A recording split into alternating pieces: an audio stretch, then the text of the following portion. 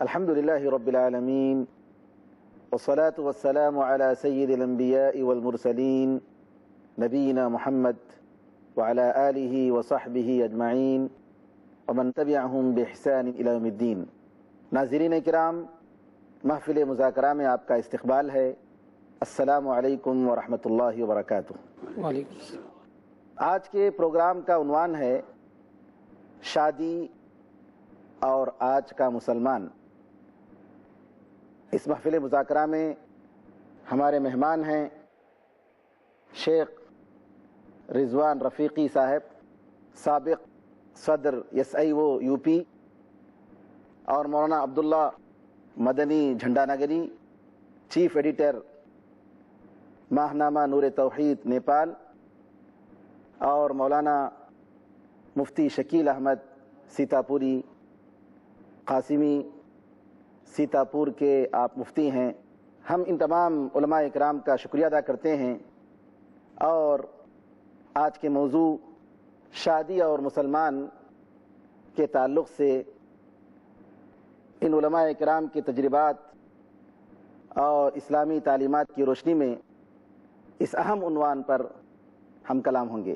عام طور پر لڑکے والے لڑکی والوں سے بہت سارا مال بٹورتے ہیں کئی ناموں سے. ایک اس میں جہیز ہے، دوسرا جوڑے کے نام سے کہ دلہا کے لیے جوڑے بنوائیے، اور اس میں سر سے لے کر پیر تک ساری چیزیں لڑکی والوں کو خریدنی پڑتی ہیں. اور اس کے علاوہ پیسے کا ڈیمانڈ بھی ہوتا ہے. جوڑے میں صرف کپڑے نہیں ہوتے، ڈریس نہیں ہوتا جو وہ پہنتا ہے، اس کے علاوہ پیسے بھی ہوتے ہیں، لفافہ بھی ہونا ضروری ہے. اس کے علاوہ ایک اور ہے سلامی کے نام سے. سلامی یعنی نکاح کے بعد لڑکی کے رشتہ دار سب مل کر جمع ہوتے ہیں اور نام بنام یہ لڑکی کے ماموں کی طرف سے یہ تحفہ ہے، لڑکی کے چچا کی طرف سے یہ تحفہ ہے، لڑکی کے فلاں کی طرف سے یہ تحفہ ہے. اور ہر تحفے پر جو ہے نوشو سے مطالبہ کیا جاتا ہے، دلہا سے مطالبہ کیا جاتا ہے سلام کرو، السلام علیکم، السلام علیکم. ایک قسم سے بھیک مانگنے کا طریقہ ہے، نعوذ باللہ. یہ ساری چیزیں یعنی اسلام اتنا آسان ہے، لیکن افسوس کے ساتھ کہنا پڑتا ہے کہ ہم مسلمانوں نے اتنا مشکل بنا لیا. جیسا کہ کسی عالم نے کہا ہے کہ بھائی اسلام تو بہت آسان اور آسانی کے لیے آیا، جیسا کہ اللہ تعالیٰ نبی کریم صلی اللہ علیہ وسلم کے بارے میں فرمایا کہ سارے طوق اور سلاسل کو نکالنے کے لیے اللہ تعالیٰ نے بھیجا. لیکن الٹا مسلمان اپنے اطراف اتنے زنجیروں سے اپنے آپ کو انہوں نے جکڑ لیا کہ اللہ کی پناہ. جینا بھی مشکل، مرنا بھی مشکل. جیتے ہیں تو رسم و رواج اور مرتے ہیں تو بھی رسم و رواج. یہ حالت ہو گئی ہے مسلمانوں کی. ایک چیز ڈاکٹر صاحب اس میں یہ بھی کہ جو چیز آسان تھی، جس کو آسان بنایا تھا شریعت نے، اس کو تو بہت مشکل کر دیا گیا. بالکل. اور جس کو مشکل بنایا گیا تھا اس کو آسان کر دیا گیا. وہ جو ہے کہ شادی کو پہلے کر دیجئے نہیں تو فتنہ ہوگا. فتنے کی شکل ہم دیکھتے ہیں ایک طرح سے. یعنی اسلام نے جائز کو آسان بنایا اور ناجائز اور حرام یعنی زنا کو مشکل بنایا. بے شک زنا تک پہنچنے کے جتنے راستے ہیں اس کو اسلام نے مسدود کیے، بند کر دیے. بالکل. لیکن آج جو ہے الٹا ہو چکا ہے. شادی کرنا مشکل ہے اور زنا کرنا نعوذ باللہ آسان. راہیں کھول دی گئی ہیں. زنا کے راستے کھول دیے گئے ہیں. مولانا یہاں ایک اور مسئلہ ہے کہ میں سمجھتا ہوں یہ بھی تقریباً غیر مسلموں کی طرف سے ہم مسلمانوں میں رائج ہوا ہے. وہ یہ ہے کہ شادی کے موقع پر دلہن کے گلے میں ایک ہار ڈالتے ہیں یا کالی پوت کے نام سے، جیسا کہ مولانا بتایا کہ منگل ستر کچھ باندھتے ہیں. اور اس کالی پوت کے بارے میں اس عورت کا یہ عقیدہ ہوتا ہے کہ جب تک یہ کالی پوت یا یہ ہار میرے گلے میں ہے تو میرا نکاح باقی ہے، اور جب یہ نکل گیا تو مطلب نعوذ باللہ یہ نکاح ختم ہو جاتا ہے. مولانا مفتی صاحب ذرا اس کے بارے میں بتائیں کہ نعوذ باللہ یہ اسلامی نقطہ نظر سے کہاں تک صحیح ہے؟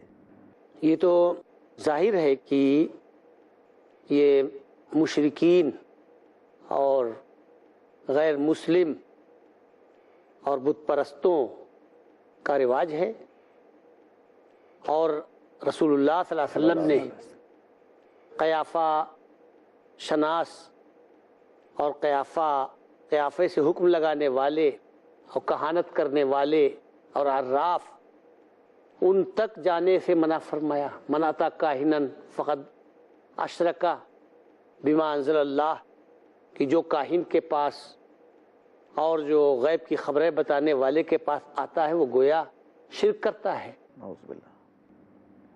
اور اللہ تعالیٰ کی قدرت اور اللہ تعالیٰ کی مشیت سے سب کچھ ہوتا ہے، اس کا انکار ہے. اور یہ ہم دیکھ رہے ہیں برابر کہ بت پرست یہ اس طرح کے ہار اور اس طرح کی کنٹھی اور اس طرح کے مالے پہنتے ہیں. اور ہمارے ہندوستان کے اندر رائج ہے کہ وہ سادھوؤں نے اور سنتوں نے کسی بڑے لیڈر کو خاص قسم کے پھلوں کا اور اس کی گٹھلیوں کا یا اور کسی چیز کا بنا ہوا مالا دیا کہ اس کو ڈال لو گلے میں اور تمہاری حکومت باقی رہے گی اور تمہارا اقتدار باقی رہے گا. یہ خالص جوتشیوں کا اور کاہنوں کا اور بت پرستوں کا دستور ہے. اگر اس پر مسلمان عمل کرتے ہیں تو وہ بت پرستی کا ارتکاب کرتے ہیں اور بت پرستوں کے طریقے پر عمل کرتے ہیں. اس کا شریعت سے کوئی تعلق نہیں بلکہ یہ نحوست ہے اور یہ نکاح کے ساتھ ساتھ گویا ایک لعنت اپنے گلے میں ڈال کر جا رہے ہیں. مفتی صاحب، عام طور پر تصور ہے کہ دلہا دلہن پھول کا ہار پہننا چاہیے. جی دلہن کو تو ضرور پہناتے ہیں جی، اور اکثر علاقوں میں دلہا بھی پہنتا ہے. یہ کہاں سے تصور آیا مجھے سمجھ میں نہیں آیا. میں نے بہت تلاش کی کتابوں میں کہ آخر یہ ہار پہننے کا جو سلسلہ ہے، پھولوں کا ہار، جی جی، بعض ایسی جگہوں میں ہم نے دیکھی ہے کہ اس کو صحرا کہتے ہیں، اوپر سے لے کے نیچے تک. اور وہ جو ہے سبحان اللہ دلہا کی حالت اتنی خراب ہو جاتی ہے اس دن، دیدنی ہوتی ہے. دیدنی ہوتی ہے. صحیح کہا آپ نے کہ اللہ کی پناہ اس بوجھ سے اور پسینے میں ڈوب کر وہ لگتا ہے کہ بس مر جائے گا. نعوذ باللہ. نکاح بھی کبھی اسی حالت میں ہو جاتا ہے، پتہ نہیں چلتا کس کا نکاح ہو رہا ہے. شکل کون ہے، کون سا آدمی ہے، اس کے شکل، اس کا چہرہ پیچھے چھپا ہوا. مفتی صاحب ذرا بتائیں یہ کہاں سے آیا ہے اور کہاں تک یہ ایک وائس تھے انہوں نے اس کے اوپر روشنی ڈالی تھی. انہوں نے کہا کہ بھائی یہ تو ایک انتہائی معذور اور مجبور دولہا کے لیے ایجاد ہوا تھا. وہ کہتے تھے کہ کوئی شہزادہ تھا یا راجکمار تھا تو وہ لنگڑا بھی تھا اور لولا بھی تھا اور کانا بھی تھا. تو راجا نے سوچا کہ بھائی اس کی بارات جائے گی اور یہ اپنی بیوی کے وہاں لینے کے لیے جائے گا تو اس کے تمام عیوب دکھائی دیں گے. تو اس کے مشیروں نے اور مصاحبوں نے یہ طریقہ ایجاد کیا کہ بھائی ایسے طریقے پر بارات جائے اور دولہا جائے کہ عیب ہنر بن جائے. چنانچہ انہوں نے کہا کہ بھائی دولہا تو گھوڑے سے جانا چاہیے، پیدل نہیں جاتا ہے، اور دولہا کو اس وقت جو ہے وہ پھولوں سے ڈھکا ہونا چاہیے کیونکہ شادی کا موقع ہے تو خوشبو اور پھول ایک اچھا شگون ہے. تو اس لیے ان لوگوں نے ایجاد کیا اور انہوں نے صحرا ڈال دیا اور گھوڑے کے اوپر دولہا ایک قدم بھی نہیں چلتا ہے، گھوڑے سے اترتا ہے تو اس کو گود لے لیا جاتا ہے تاکہ اس کا لنگڑا پن اور اس کی آنکھوں کا نقص یہ سب پوشیدہ ہو جائے. تو بہرحال وہ تو ایک ظرافت کے انداز میں اس بات کو کہہ رہے تھے لیکن یہ حقیقت ہے. ایک بزرگ نے مجھ سے پوچھا کہ صحرے کی عربی کیا ہے، تو انہوں نے اور کچھ نہیں کہا. اس تقریب میں صحرا ڈال کر دولہا آیا ہوا تھا تو صرف انہوں نے تمام لوگوں کو بتانے کے لیے مجھ سے کہا کہ مولانا یہ بتائیے کہ صحرے کی عربی کیا ہے. تو میں نے کہا میری نظر سے صحرے کی عربی نہیں گزری. تو انہوں نے فرمایا کہ جب عرب میں یہ چیز ہوتی تبھی تو اس کی عربی ہوتی. بالکل. تو اس کے معنی یہ ہیں کہ عالم عرب اور عالم اسلام اس سے ناشنا ہے. عجم کا فتنہ ہے. جی عجم کا فتنہ ہے. خرد کا نام جنوں رکھ لیا، جنوں کا خرد، جو چاہے آپ کا حسن کرشمہ ساز کرے. نعوذ باللہ. تو آپ کا مطلب یہ ہے کہ جو آدمی صحرا پہنتا ہے گویا وہ لنگڑا ہے، لولا ہے اور ہر قسم کی ہے، نعوذ باللہ اس کے اندر موجود ہے. ہم تو یہی کہیں گے کہ وہ وائس صاحب نے جو فرمایا ہے وہ کہیں البتہ وہ شادی کے بوجھ تلے تو دبا ہوا ہی ہے. جزاکم اللہ خیرا کثیرا۔ ناظرین کرام، موضوع ابھی باقی ہے، ایک وقفے کے بعد دوبارہ آپ کی خدمت میں حاضر ہوں گے، اس وقت تک کے لیے اجازت دیں۔ السلام علیکم ورحمۃ اللہ وبرکاتہ۔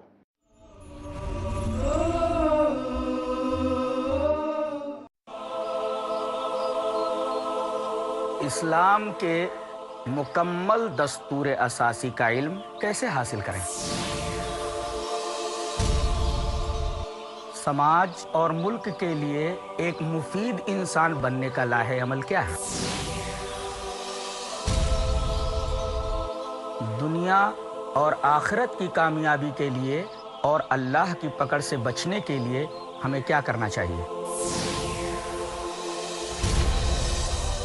زندگی کا لمحہ لمحہ بڑا بیش قیمت ہے، اسے کارآمد کیسے بنائیں؟ یہ جاننے کے لیے دیکھتے رہیے ہمارا پروگرام فیضان کتاب و سنت، صرف پیس ٹی وی اردو پر۔ جانیے ہماری زندگیوں کو کامیابی سے ہمکنار کرنے کے لیے ہیں کن احکام پر عمل کی ضرورت۔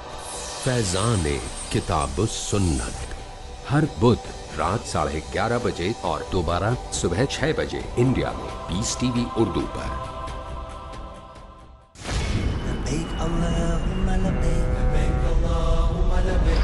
مینا کی قربانی، لبیک لا شریک لک لبیک لا شریک لک لبیک، میدان عرفات کی عبادتیں، لبیک اللہم لبیک، خانہ کعبہ کا طواف،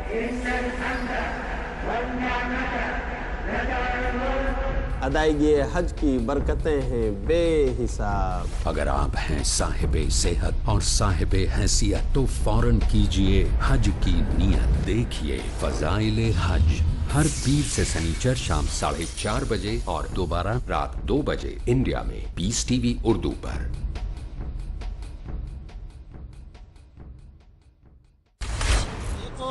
بسم ربك الذي خلق خلق الإنسان من علق۔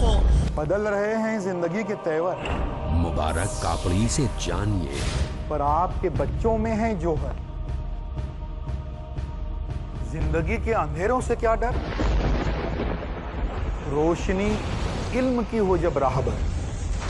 ہمارے بچے بدل دیں گے زمانے کا رخ اگر ان کے پاس ہوگی روشنی علم کی۔ مبارک کاپڑی پیش کریں گے علم کے ذریعے زندگی اور آخرت کو کامیاب بنانے کا طریقہ۔ اگلا پروگرام پیس ٹی وی اردو پر۔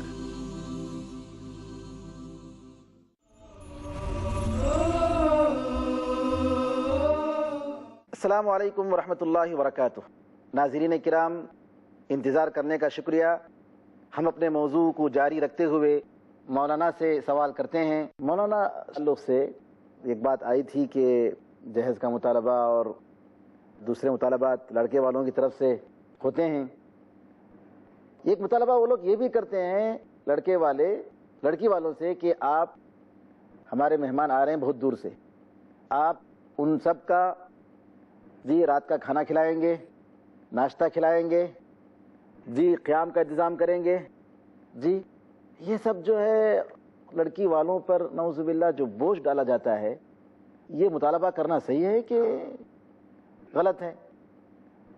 میں تو اس مطالبے کو مکمل طور سے کنڈم کرتا ہوں اور کیا جانا چاہیے۔ شادی کو آسان بنایا گیا ہے جی، اور اس کو آسان رہنے دینا چاہیے۔ اس کو اگر ہم سادہ لفظوں میں کہیں تو قیام کرنا، آنا، رشتہ داروں کو اور بقیہ جیپ بس میں بھر کر کے لانا، اسی کو بارات کہتے ہیں۔ لوگ بارات کے نام سے دراصل لڑکی کے گھر والوں کو مجبور کرتے ہیں اور ان کا استحصال کرتے ہیں۔ ہونا تو یہ چاہیے کہ جو بہت سادہ انداز میں ایک دو فرد گھر کے کچھ لوگ چلے گئے، لڑکی کو بیاہ کر کے لے آئے۔ آپ کی جو استطاعت ہے، چاہے جتنی استطاعت ہے، وہ آپ اپنی استطاعت کے لحاظ سے اپنے گھر پہ ولیمہ کیجیے، یہی سنت ہے۔ لیکن ابھی کیا ہو گیا، یہاں بھی الٹا معاملہ ہو گیا ہے۔ اپنے گھر پہ ولیمہ کو کینسل کر دیں گے، ختم کر دیں گے، اور اس ولیمہ کو لے جا کر کے لڑکی کے گھر والوں پہ زبردستی ڈالنے کی کوشش کریں گے. ہمارے علماء کرام کی بھی یہ ذمہ داری ہے کہ وہ اس چیز کو کنڈم کریں اور اس کی مذمت کریں. ان کے جو لوگ اس میں شریک ہوتے ہیں، جو لوگ اس کی طرف راغب کرتے ہیں، ان کا بائیکاٹ بھی کرنا چاہیے. بلکہ اس سے آگے بڑھ کر کے اور بھی کہ لوگ علماء کرام کے تو محتاج ہیں ہی، 2-3 امور میں تو انہیں بہرحال علماء کی طرف جانا ہی ہے. تو اگر ہم کوئی ایسا موقف علماء کرام کی طرف سے یہ آئے کہ بھئی ٹھیک ہے، بارات ہے، جہیز ہے، یہ سب چیزیں، کیونکہ شادی سادی ہے، شادی جو ہے سادی ہے، اسے سادی رہنے دینی چاہیے. اس کو بہت زیادہ مہنگی اور بہت زیادہ بوجھ کی حیثیت سے نہیں لینا چاہیے. تو اس کو بارات سے بچنا چاہیے. یہاں ایک مشکل یہ بھی آن پڑی، جیسے ہمارے برادر فاضل نے فرمایا کہ علماء کا ایک کردار سامنے آنا چاہیے. مجھے افسوس کے ساتھ یہ بات بہرحال طبقے علماء کی ہے، کہنی پڑتی ہے کہ خود علماء کا طبقہ بڑی حد تک انہی رسم و رواج کا شکار ہو چکا ہے جس سے عوام الناس جھوج رہے ہیں. بالکل. اور ان کی وجہ سے ایسے بڑے علماء جو صاحب ثروت ہیں، مالدار ہیں، دولت مند ہیں، وہ پوری نمائش کا سامان رکھتے ہیں، برات لے جانے میں، جہیز لینے میں، جہیز دینے میں. اسی لیے یہ برائی ہر دن بڑھتی جا رہی ہے اور نئی نئی شکلیں برائیوں کی آ رہی ہیں. آپ کسی نئی شادی میں چلے جائیے، وہاں کوئی نہ کوئی نیا ایسا موضوع سامنے آ جائے گا جو اس سے پہلے رائج نہیں تھا. تو علماء حضرات جن کی ذمہ داری تھی کہ اس برائی کو بے خبن سے جڑ سے اکھاڑ دیتے، وہ خود اس برائی میں نعوذ باللہ افسوس کے ساتھ کہنا پڑتا ہے کہ ملوث ہو گئے ہیں. علماء کے لیے یہ موضوع بہت حساس ہے. وہ دین کے رہنما ہیں، اللہ رب العالمین کے بھیجے ہوئے آخری پیغمبر کے وارث ہیں. اس لیے ان کی ذمہ داری بہت زیادہ بڑی کہ خود اپنے آپ کو درست کریں. اور ان کے دیکھنے والے عام علماء جو بیچارہ 1000-2000 کی تنخواہ پاتا ہے، وہ اگر سادگی کے ساتھ کرے گا اس کو کوئی نہیں قبول کرے گا. لیکن کوئی ایسا عالم دین جو واقعی بڑا سیٹھ ہے، بڑا صاحب ثروت ہے، بڑی دکان، کمپنی اور فیکٹری ہے، ایسا عالم دین اگر سادگی کے ساتھ یہ بتا کر کے کہ یقیناً شادیاں بہت ہی سہولت کے ساتھ، آسانی کے ساتھ، کم خرچ میں، بلا اسراف کے ہونی چاہیے، عملی طور پہ اس کا ثبوت دے دے، تو انشاءاللہ معاشرے میں اس کا اثر اچھا جائے گا. جو انشاءاللہ تعالی. یعنی ہمارے معاشرے میں عورتوں پر بڑا ظلم ہوتا ہے. ایک تو لڑکی اپنے سسرال میں جاتی ہے، ان کی خدمت کرتی ہے، ان کے رشتہ داروں کی خدمت کرتی ہے، الٹا اس پر اور اس کے گھر والوں پر یہ بوجھ ڈالا جاتا ہے کہ وہ زمین لے کر آئے، کار لے کر آئے، گاڑی لے کر آئے، پورے گھر کا فرنیچر لے کے آئے، فرنیچر لائے اور برتن لائے، پورا باورچی خانہ آئے. جی ساری چیزیں لانے پر اس کو مجبور کرتے ہیں.